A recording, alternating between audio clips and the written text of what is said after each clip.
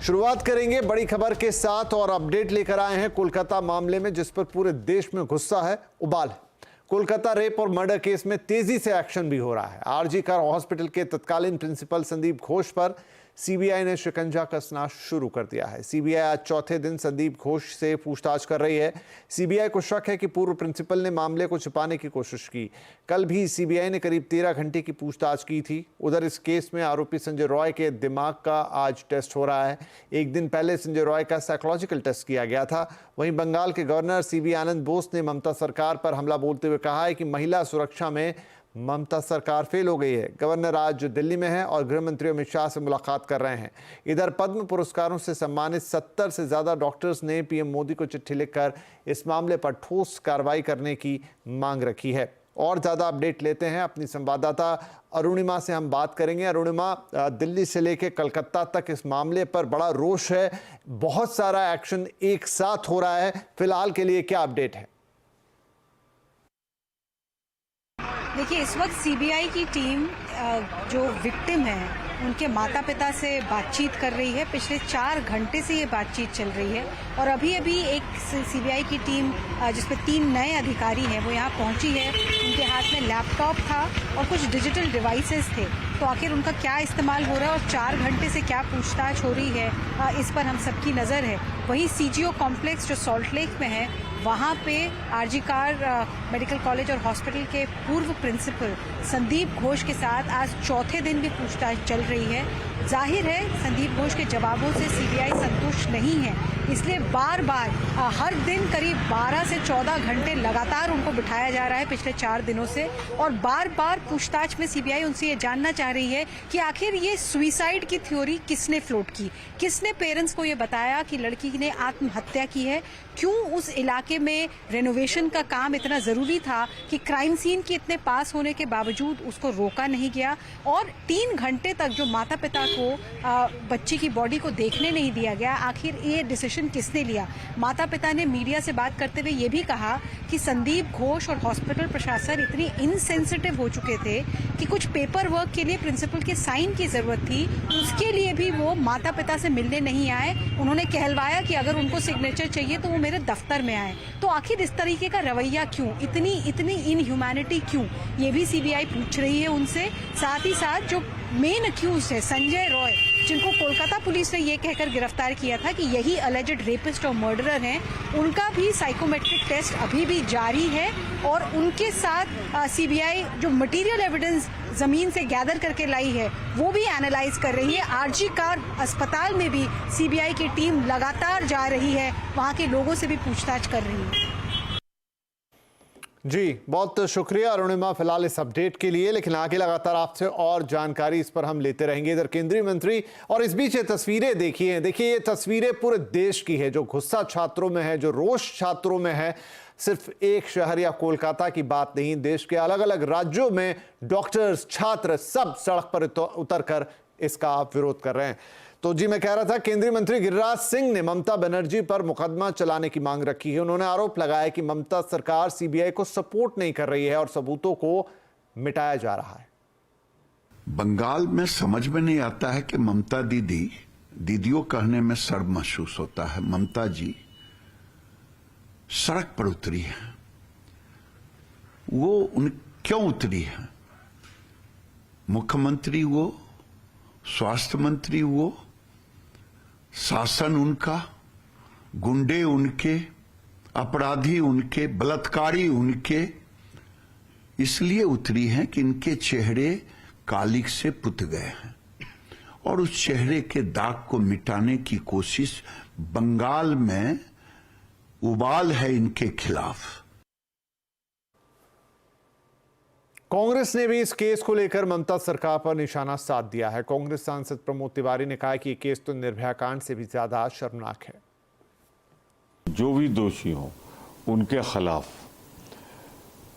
जांच निष्पक्ष हो, दोषियों का ट्रायल स्पीडी ट्रायल हो, उनके लिए समयबद्ध ढंग से अदालत बने और उसमें ट्रायल करके फांसी की सजा, क्योंकि इसमें सिर्फ रेप ही नहीं हुआ है, मर्डर भी हुआ है और विभत्स है, निर्भया कांड को शर्माने वाला है। तो इस पर कार्रवाई होनी चाहिए। झारखंड की सियासत में इस वक्त भयंकर उथल पुथल मची हुई है। राज्य में विधानसभा चुनाव से ठीक पहले झारखंड मुक्ति मोर्चा से बगावत के बाद पूर्व सीएम चंपई सोरेन के बीजेपी में शामिल होने की चर्चा जोर पकड़ रही है। चंपई सोरेन की पार्टी से नाराजगी और अपमान करने के आरोपों के बीच ये दावा किया जा रहा है कि जेएमएम के 6 विधायक चंपई सोरेन के संपर्क में हैं। ऐसे में माना जा रहा है कि 6 विधायकों के साथ चंपई सोरेन के पाला बदलने से विधानसभा में हेमंत सोरेन सरकार का गणित गड़बड़ा सकता है। इस पर ज्यादा अपडेट के लिए हमारे साथ हैं हमारे संवाददाता दिवाकर तिवारी। दिवाकर, झारखंड की राजनीति में क्या चल रहा है और हेमंत सोरेन सरकार को क्या माने कितना खतरा है इससे? देखिए, चंपई सोरेन दिल्ली में मौजूद हैं और दिल्ली में वो जेएमएम और कांग्रेस के असंतुष्ट नेताओं से संपर्क साध रहे हैं। बीजेपी भी उनके साथ इस कवायद में लगी हुई है। चंपई सोरेन ने 3 विकल्प बताए हैं कि जब उनके सामने ये हालात पैदा हुए, जो राजनीतिक हालात पैदा हुए, उनके सामने 3 विकल्प थे। या तो वो राजनीति से संन्यास ले लें, लेकिन चंपई सोरेन का कोई इरादा नहीं है संन्यास लेने का। दूसरा विकल्प उन्होंने बताया है कि वो जेएमएम छोड़कर अलग कोई पार्टी गठित कर लें, यानी कोई अलग संगठन खड़ा कर लें। तीसरा विकल्प उन्होंने बताया है कि इस राह में अगर कोई नया साथी मिलता है तो उसके साथ आगे का सफ़र तय किया जाए। तो नए साथी के तौर पे बीजेपी को देखा जा रहा है और यही विकल्प जो है चंपई सोरेन को ज़्यादा मुफीद लग रही है और इस विकल्प पर चंपई सोरेन ने काम करना शुरू कर दिया है। सूत्र बता रहे हैं कि चंपई सोरेन के संपर्क में करीब आधा दर्जन विधायक है, यानी कि 5 से 6 विधायक जो है चंपई सोरेन के संपर्क में हैं। अभी उस पर बातचीत चल रही है और बीजेपी के जो शीर्ष नेता हैं, टॉप लीडरशिप की बातचीत चल रही है और चंपई सोरेन अभी दिल्ली में जमे हुए हैं। ये बताया जा रहा है कि दिल्ली से कल देर शाम वो रांची वापस लौटेंगे। अब चंपई सोरेन जो है बीजेपी में कब शामिल होंगे, उनके शामिल होने की तारीखों को लेकर काफ़ी चर्चा हो रही है और बीजेपी को तय करना है कि क्या चंपई सोरेन को अभी बीजेपी में लाना सही वक्त है या चुनाव की तारीखों के ऐलान के बाद जो है चंपई सोरेन को बीजेपी ज्वाइन कराया जाए। तो दिवाकर, वही एक सवाल कि क्या ये तो एक बात हुई कि चंपई सोरेन जाएंगे नहीं जाएंगे, लेकिन जो बात हो रही कि उनके साथ 6 विधायक भी जा सकते हैं, क्या इससे हेमंत सरकार को कोई खतरा? देखिए, अभी फिलहाल हेमंत सोरेन की जो पार्टी है जेएमएम, सरकार में शामिल 3 दल हैं, जेएमएम, कांग्रेस और आरजेडी। तो जेएमएम के पास 26 विधायक हैं। अगर 6 विधायक बाहर आते हैं तो उनके पास 20 विधायक बचते हैं। फिर उसके बाद कांग्रेस आती है, कांग्रेस के पास 17 विधायक हैं। कांग्रेस के 17 विधायक इंटैक्ट रहते हैं तो इस सरकार पर कोई असर नहीं पड़ेगा। लेकिन जब ये विधायकों के टूटने का सिलसिला शुरू होता है और ये बात कांग्रेस तक आती है, क्योंकि कांग्रेस में भी बड़ी तादाद में लोग असंतुष्ट हैं, विधायक जो है असंतुष्ट हैं। अगर कांग्रेस के असंतुष्ट विधायकों को भी बीजेपी साधने में सफल रही तो फिर इस सरकार पर संकट आ सकता है। लेकिन फिलहाल अभी जो नंबर्स हैं, क्योंकि जो झारखंड विधानसभा का स्ट्रेंथ है वो 81 का है, 81 में 7 सीटें खाली हैं तो 74 है। उस लिहाज से 37-38 विधायकों की ज़रूरत होती है सरकार चलाने के लिए। तो सरकार चलाने के लिए अभी मौजूदा समय में अगर चंपई सोरेन और उन 6 विधायकों की जो चर्चा हो रही है, अभी जो प्रेजेंट सिनेरियो है उसमें कुल मिला के 43-44 एमएलए जो है इस सरकार के साथ हैं। तो कंफर्ट मेजॉरिटी है, लेकिन जैसे ही विधायक निकलना शुरू होंगे तो इस सरकार के लिए संकट का सबब होगा। जी शुक्रिया दिवाकर। इधर चंपई सोरेन के बागी तेवर पर बीजेपी जहां उनके साथ खड़ी दिख रही है तो जेएमएम कह रही है कि हेमंत सोरेन सरकार को कोई खतरा नहीं है। उनका दोष यही है कि उन्होंने सड़क से लेकर सदन तक कहा कि झारखंड में डेमोग्राफी चेंज हो रहा है, आदिवासी की संख्या गिर रही है, हमारी बेटियों के साथ रोहिंग्या और बांग्लादेशी अवैध रूप से रह रहे हैं और हमारी बेटियों के साथ शादी कर रहे हैं, उनके बच्चे मुसलमान बन रहे हैं। लेकिन हेमंत सोरेन धृतराष्ट्र की तरह वोट बैंक की राजनीति के तहत चुपचाप सुनते और देखते रहे। सभी विधायकों ने आनन फानन में तुरंत इसका खंडन किया ऑडियो वीडियो मैसेज के द्वारा और पूरी मजबूती के साथ झारखंड मुक्ति मोर्चा में रहने की बात कही। सभी को पता है झारखंड मुक्ति मोर्चा एक परिवार है और उस परिवार के सभी सदस्य को सम्मान मिलता है और झारखंड की जनता भी झारखंड मुक्ति मोर्चा को देखना चाहती है। इसलिए कहीं कोई विधायक का कोई इशू नहीं है, सभी इंटैक्ट है, सभी पार्टी के साथ हैं। यूपीएससी में लेटरल एंट्री को लेकर सियासी घमासान छिड़ा हुआ है। दरअसल मंत्रालयों में विशेषज्ञों की नियुक्ति के लिए यूपीएससी ने नोटिफिकेशन जारी किया था। यूपीएससी ने 45 पोस्ट के लिए विज्ञापन निकाला था। इसके तहत इन पदों पर बिना यूपीएससी की परीक्षा सीधे भर्ती होगी और आरक्षण के नियमों का फायदा भी नहीं मिलेगा। अब इसे लेकर राहुल गांधी ने सरकार पर हमला बोला है। राहुल गांधी ने एक्स पर पोस्ट लिखकर कहा है कि लेटरल एंट्री दलित, ओबीसी और आदिवासियों पर हमला है। उन्होंने आरोप लगाया कि बीजेपी के राम राज्य का विकृत रूप संविधान को खत्म करना चाहता है और बीजेपी बहुजन से आरक्षण छीनना चाहती है। वहीं बीएसपी प्रमुख मायावती ने इसका विरोध किया है। उन्होंने लेटरल एंट्री से 45 अधिकारियों की भर्ती को असंवैधानिक और गैरकानूनी बताया है। विपक्षी दल यूपीएससी में लेटरल एंट्री को एससी, एसटी, ओबीसी वर्ग के खिलाफ बता रहे हैं।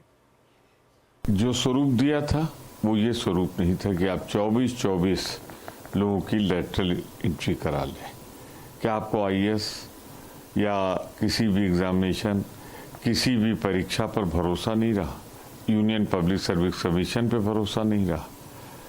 मैं इसके विरुद्ध सख्त रूप से कहना चाहता हूं, ये भारत की प्रशासनिक सेवा से खिलवाड़ है। ये खिलवाड़ है भारत की आरक्षण नीति से और मैं इसका विरोध करता हूं। ये जो लेटरल एंट्री के नाम पर आप कर रहे हैं ना, आप ब्लॉक कर रहे हैं संवैधानिक रवायतों को। एससी, एसटी, ओबीसी किसको चुनेंगे? अपने लोगों को बैकडोर से। ब्यूरोक्रेसी का नजरिया जाके पूछ लीजिए ऑफ कैमरा हटा करके, वो कैसा सोच रहे हैं, सब समझ में आ जाएगा। भारतीय जनता पार्टी आरक्षण विरोधी पार्टी है। भारतीय जनता पार्टी पूरे देश में पिछड़ों का, दलितों का, आदिवासियों का आरक्षण खत्म करना चाहती है। ये तो इस देश की जनता का धन्यवाद है कि उन्होंने 240 पर बीजेपी को रोक दिया, वरना तो अब तक आरक्षण और संविधान दोनों खत्म हो गया होता। अगर 300 सीट आ जाती, 400 छोड़िए 300 भी आ जाती, तो ये ज्वाइंट सेशन बुला के देश का संविधान बदल देते, ये आरक्षण खत्म कर देते। तो काफी गहमा-गहमी है, इस मुद्दे पर भी काफी सरगर्मी है। आगे इस पर और आपको अपडेट देंगे। और इन राजनीतिक खबरों के बाद अब वक्त है कि हम रुख करें आज की कारोबारी और बाजार से जुड़ी खबरों का। हफ्ते का पहला दिन था आज बाजार में और हमने एक सीमित दायरे में कारोबार देखा। शुक्रवार की जोरदार तेजी के बाद आज बाजार कुछ सुस्ताने के मूड में ही दिखा। चलिए मार्केट को थोड़ा और डिटेल में समझ लेते हैं। हमारे साथ हैं सुमित मेहरोत्रा। तो सुमित, एक सुस्ती सी रही बाजार में आज, लेकिन मैं सेक्टर स्पेसिफिक और शेयर स्पेसिफिक पूछूं तो क्या कोई एक्शन था? देखिए, आज कुछ अगर निफ्टी के टॉप गेनर्स की बात की जाए तो आज सबसे पहला जो नाम शुमार होगा वो होगा हिंडाल्को का। एक अच्छी बाइंग मेटल स्पेस में हिंडाल्को में थी। BPCL, Shriram finance, Tata steel, यहाँ पे खरीदारी देखने को मिली।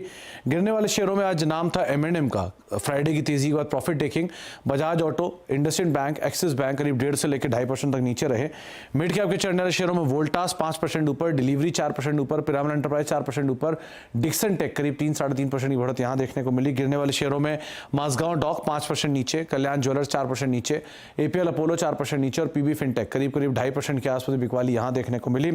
एफ&ओ में लीड कर रहा था वोल्टास 5% ऊपर, ऑल टाइम हाई हिट किया। नेल्को 3% ऊपर, ग्लेनमार्क फार्मा 4.5% ऊपर और बिरला सॉफ्ट करीब 4% तेजी यहां पर देखने को मिली।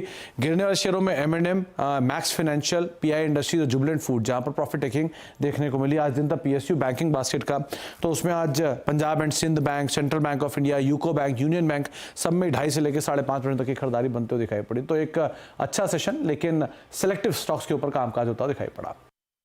जी शुक्रिया सुमित इस अपडेट के लिए। हेलियस कैपिटल के समीर अरोड़ा का कहना है कि इस साल पिछले साल की तुलना में बाजार में रिटर्न कम मिलने की उम्मीद है। सो ओवरऑल इंडियन मार्केट का व्यू अच्छा है, बिकॉज एक तो ग्लोबल मार्केट्स के ऊपर भी व्यू अच्छा है, बट ओवरऑल बुलिश है। ओवरऑल मार्केट ठीक है, लेकिन आपकी एक्सपेक्टेशन थोड़ी कम हो जानी चाहिए कि जी पहले अगर आप 20%, 40%, लास्ट ईयर आई थिंक मतलब 1 ईयर के रिटर्न तो शायद 40% टाइप होंगे, कि वो आगे जाके 15% टाइप हो जाए तो बड़ी खुशी होगी। चलिए अब आपको एक अच्छी खबर बता देते हैं। CNBC आवाज आपके लिए 31 अगस्त और 1 सितंबर को लेकर आ रहा है मार्केट गुरुकुल। लेकिन अच्छी खबर यह है उससे भी कि इंडिपेंडेंस डे ऑफर को बढ़ा दिया गया है। जी हां, मार्केट गुरुकुल पर रजिस्ट्रेशन के लिए पूरा 30% डिस्काउंट आप अभी भी ले सकते हैं। तो आपके सामने ये कोड है फ्रीडम 30, जल्दी कीजिए, इस कोड का इस्तेमाल कीजिए और मार्केट गुरुकुल के रजिस्ट्रेशन पर बचाइए पूरे 30%। मार्केट से जुड़ी कुछ और खबरें, लेकिन थोड़े अलग अंदाज में। इस साल बाजार की नजर 4 राज्यों में होने वाले विधानसभा चुनाव पर भी है। इसमें सबसे ज्यादा फोकस महाराष्ट्र पे है। इस चुनाव का असर केंद्र की राजनीति पर भी होना तय है। इस पर मैक्वारी ने एक रिपोर्ट निकाली है। डिटेल्स के साथ एक बार फिर सुमित हमारे साथ हैं। सुमित, बड़ा इंटरेस्टिंग होगा ये जानना कि मैक्वारी क्या कह रहा है अपनी रिपोर्ट में। देखिए, महाराष्ट्र का चुनाव एक अहम चुनाव होगा, खास तौर से सेंटर के लिए भी, क्योंकि ये दूसरा सबसे बड़ा राज्य है, इसकी सबसे ज़्यादा सीटों का कंट्रीब्यूशन लोकसभा में होता है। तो पहले तो इस चुनाव का जो मुकाबला है वो किस तरह का होगा। महायुति, जो कि बीजेपी, शिवसेना, एनसीपी अजीत पवार वाले, और महाविकास अघाड़ी जिसमें कांग्रेस, शिवसेना उद्धव ठाकरे एंड एनसीपी शरद पवार। तो ये 2 इंपॉर्टेंट पार्टीज़ हैं जो कि यहाँ पे कंटेस्ट करने वाली हैं और इन पार्टी से रिलेटेड यहाँ पर आउटकम आते हुए दिखाई पड़ेंगे। तो बहुत कुछ फेरबदल होगा इन चीज़ों को लेकर।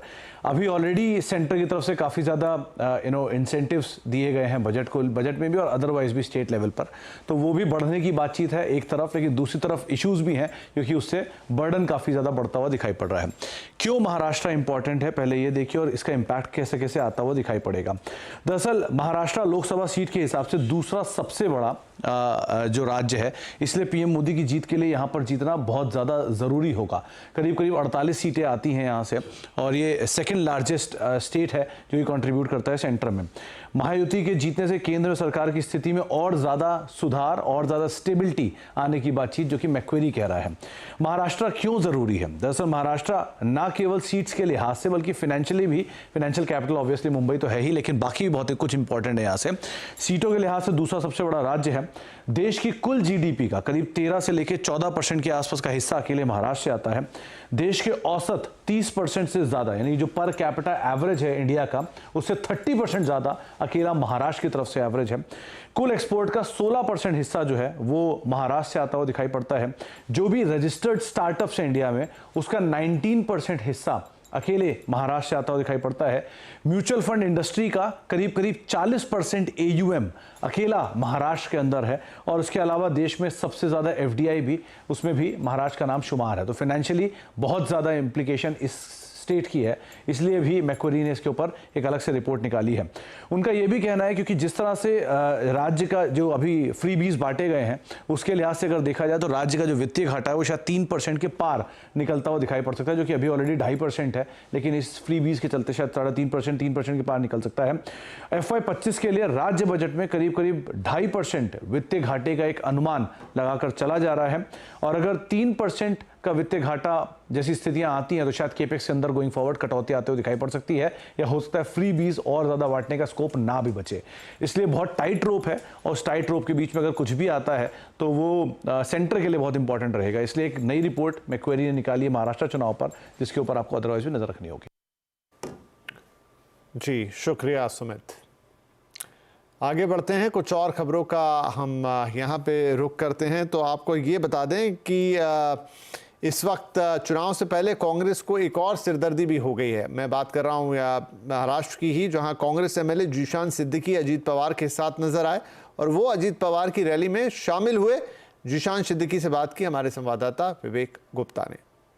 हमारे साथ जीशान सिद्दीकी हैं, कांग्रेस के विधायक हैं। इस रैली में आपका आना, क्या मैसेज देंगे आप? हमारे महाराष्ट्र राज्य के उप मुख्यमंत्री साहब आए हैं तो हम उनका स्वागत कर रहे हैं। लोगों में जल्लोष है।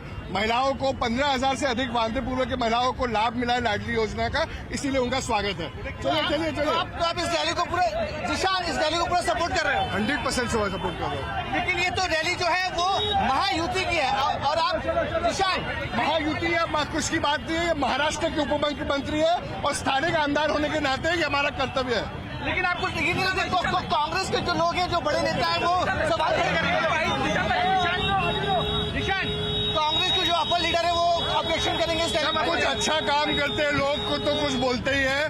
दादा अच्छा काम कर रहे हैं, महाराष्ट्र की जनता दादा के साथ है। यानी कि आप महायुति को पूरी तरह से सपोर्ट कर रहे हो? मैं अजीत दादा को सपोर्ट कर रहा हूँ, जिन्होंने ये योजना की है और वो हमारे वांद्रे पूर्व में आए हैं, उनका स्वागत है।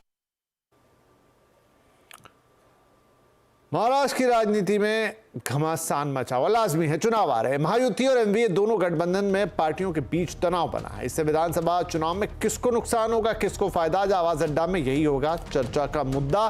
जरूर जुड़िए हमारे साथ। महाराष्ट्र में मनमुटाव, किसको तनाव, आज का आवाज अड्डा 7:57 पर। अब एक इंपॉर्टेंट खबर जो कि सोशल मीडिया से जुड़ी हुई है। जल्दी 18 साल से कम उम्र के बच्चों को सोशल मीडिया पर अकाउंट खोलने के लिए माता पिता की अनुमति लेनी होगी। आईटी मंत्रालय जल्द ही digital personal data protection act के तहत नए रूल्स जारी कर सकता है। खबर को थोड़ा और अच्छे से जानते हैं, हमारे साथ हैं हमारे संवाददाता असीम मनचंदा। तो असीम, क्या है ये रूल्स जो आने वाले हैं और खासतौर पे बच्चों से जुड़ी हुई क्या व्यवस्था उसके अंदर है सोशल मीडिया और डेटा प्रोटेक्शन को लेकर? डिजिटल पर्सनल डाटा प्रोटेक्शन को लेकर के कानून बन चुका है, इसे बने हुए 1 साल भी हो गया, लेकिन सरकार अभी तक इसके अंदर रूल्स को फ्रेम नहीं कर पाई है। इंडस्ट्री को भी इसको लेकर के काफी अनसर्टेनिटी है कि कब सरकार इसको कानून बनाती है और वो किस तरह के कानून होंगे और कंपनियों को कैसे इसका पालन करना पड़ेगा। तो हमें सूत्र बता रहे हैं कि जल्दी इसके ऊपर फैसला हो सकता है। आईटी मंत्रालय जल्दी इसको लेकर के एक ड्राफ्ट जारी कर सकता है। इस ड्राफ्ट के अंदर सबसे पहले तो सोशल मीडिया कंपनियों के ऊपर शिकंजा कसा जाएगा। जो 18 साल से कम के बच्चे हैं उनको सोशल मीडिया अकाउंट पर अपना अकाउंट बनाने से पहले अपने माता पिता की मंजूरी लेना अनिवार्य होगा। जो सोशल मीडिया कंपनी है वो इन बच्चों के बिहेवियरल और जो एक्टिविटीज है उसको ट्रैक नहीं कर पाएंगी। इतना ही नहीं, कोई भी कंपनी अगर डाटा इकट्ठा करती है तो पहले उपभोक्ता की रिटर्न में मंजूरी लेनी पड़ेगी। थर्ड पार्टी को अगर ये डाटा ट्रांसफर किया जाता है तो भी उपभोक्ता की मंजूरी लेनी पड़ेगी। एक डाटा प्रोटेक्शन बोर्ड बनेगा जो कि डाटा लीक होने की सूचित, अगर किसी भी कंपनी का डाटा लीक होता है तो इसको सूचित करना पड़ेगा, वो उसके ऊपर फैसला लेगा। और खासतौर पे कि अगर उसके फैसले से संतुष्ट नहीं है तो डाटा प्रोटेक्शन ट्राइब्यूनल के पास इसको लेकर के जाया जा सकता है। तो सरकार सब इसको रूल्स के तहत इनको बनाने की तैयारी कर रही है। अगले कुछ दिनों के अंदर इसका ड्राफ्ट जारी होगा, सब इंडस्ट्री के साथ कंसल्टेशन होगा और उसके बाद सरकार इनको नोटिफाई करेगी और जो इंडस्ट्री है उसको इसको पालन करने का वक्त भी सरकार देगी। जी, बहुत शुक्रिया असीम इस अपडेट के लिए। और यहां पर वक्त एक छोटे से ब्रेक का, लेकिन ब्रेक के बाद कुछ और खबरें।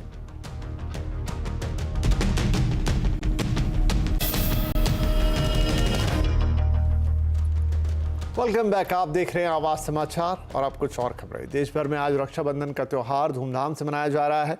बहनें अपने भाइयों की कलाई पर रक्षा सूत्र बांध रही है। प्रधानमंत्री नरेंद्र मोदी ने भी आज दिल्ली में स्कूल की बच्चियों से राखी बंधवाई। उन्होंने सोशल मीडिया प्लेटफॉर्म एक्स पर पोस्ट करके रक्षाबंधन की बधाइयां भी दी। जम्मू कश्मीर और अटारी बॉर्डर पर भी बहनों ने जवानों को राखी बांधी। ओडिशा के पुरी में मशहूर सैंड आर्टिस्ट सुदर्शन पटनायक ने अद्भुत कलाकृति बनाकर रक्षाबंधन की शुभकामनाएं दी हैं। राष्ट्रपति द्रौपदी मुर्मू ने भी राखी का त्योहार मनाया। राष्ट्रपति मुर्मू ने एक्स पर पोस्ट करके देशवासियों को रक्षाबंधन की शुभकामनाएं दी हैं।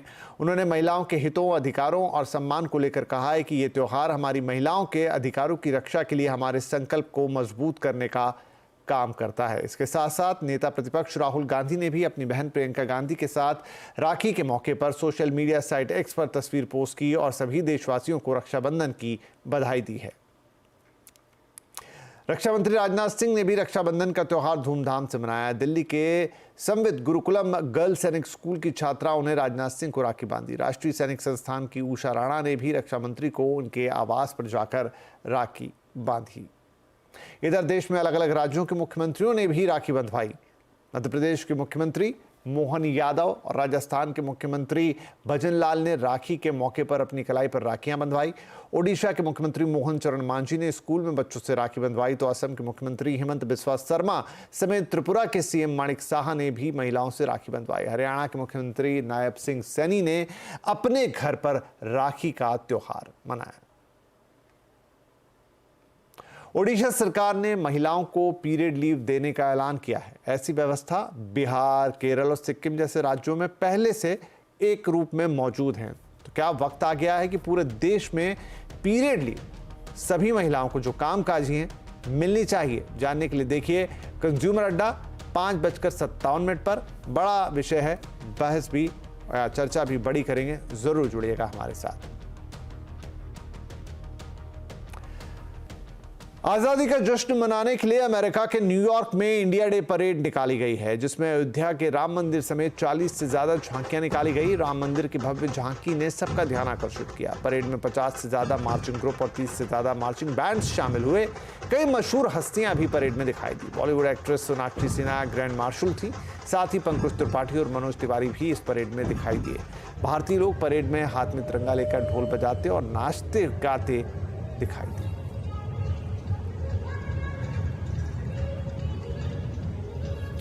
तो आवाज समाचार के इस एडिशन में फिलहाल इतना ही, लेकिन CNBC आवाज पर खबरें जारी है। और हाँ, आप हमारे सोशल मीडिया प्लेटफॉर्म पर जरूर विजिट करें, क्योंकि वहां आपको सिर्फ एक क्लिक पर मिलेगी अपडेटेड, ताजा और इंटरेस्टिंग खबरें भी। नमस्कार।